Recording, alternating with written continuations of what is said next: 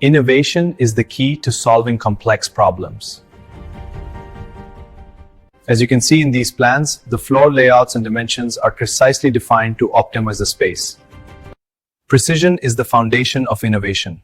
Let's design the future with confidence. Let's bring precision to life with every line we draw.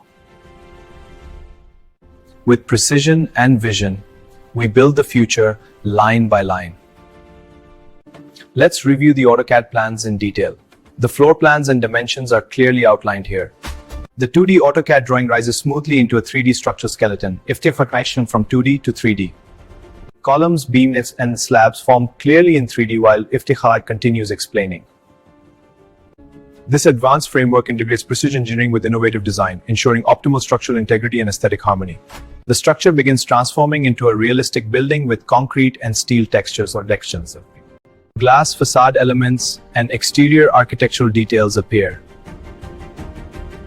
Civil engineering work appears: foundations, reinforcement bars, slab layers, and construction details.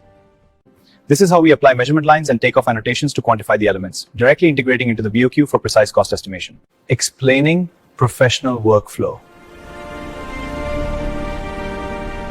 AutoCAD and quantity surveying guidance.